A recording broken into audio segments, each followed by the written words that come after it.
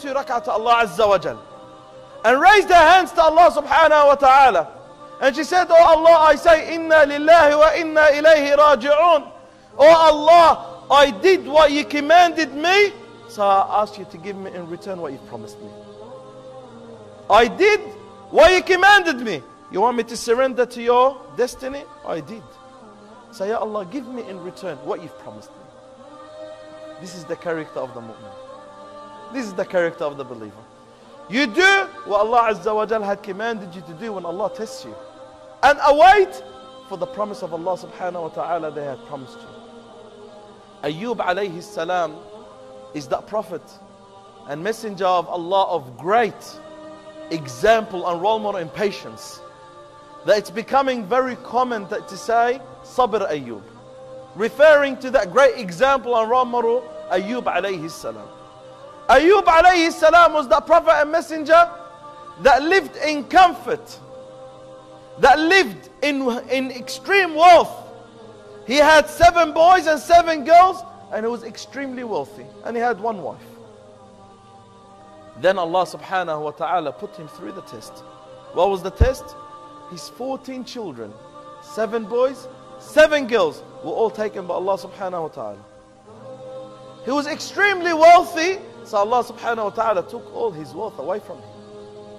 And not only that, he was healthy. Allah made him so ill and so sick that people would not even go near Ayub alayhi salam because of his illness and his condition.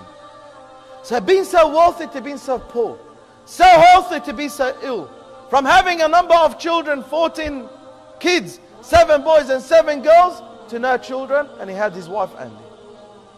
And Ayub alayhi salam is in that state for years. 17 years, and Ayub alayhi salam is in that state. His wife will come up to him and say to him, oh Ayub, we can't handle this test anymore. Oh Ayub, this calamity is going beyond its limit upon us. That she will work during the day just to sustain herself and her husband. That at the end she went and sold her own hair just to bring some income to Ayub alayhi salam. And Ayub alayhi salam got angry from her when she said, we cannot handle this test anymore. He said, how long we were in comfort for? She said, for 70 years. He said, I am too shy to raise my hands to Allah after 70 years of test.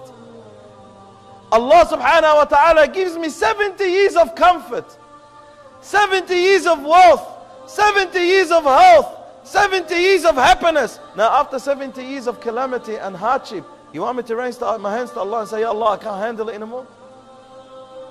But then Ayub, what did he say? He said, Rabbi, inni qad massani ad-durru wa anta arhamur rahimin. Oh my Lord, the harm had befallen upon me, and you are the most merciful. He didn't say, Ya Allah, lift it away from me. Ya Allah, give me this.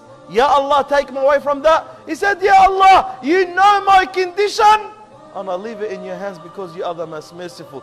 Because if that's what you accept for me, I accept that for myself. If that's what you accept from me, that's what I accept. If that's what Allah Azza wa Jal had written for you, then you should accept what Allah subhanahu wa ta'ala had written for you.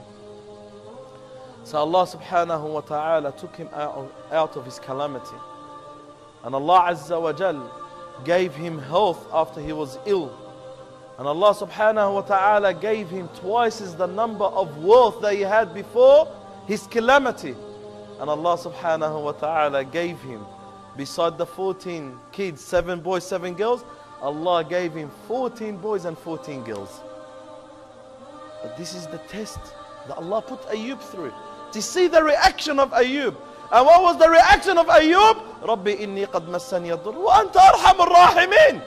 Oh Allah, the harm had befallen me and you are the most merciful. If I am ill, it's because of your mercy.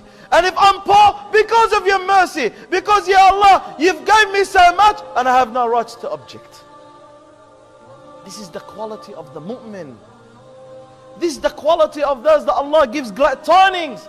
That when Allah tests them with a test, they accept Allah's test upon them. And they say, Inna lillah wa inna ilayhi raji'un.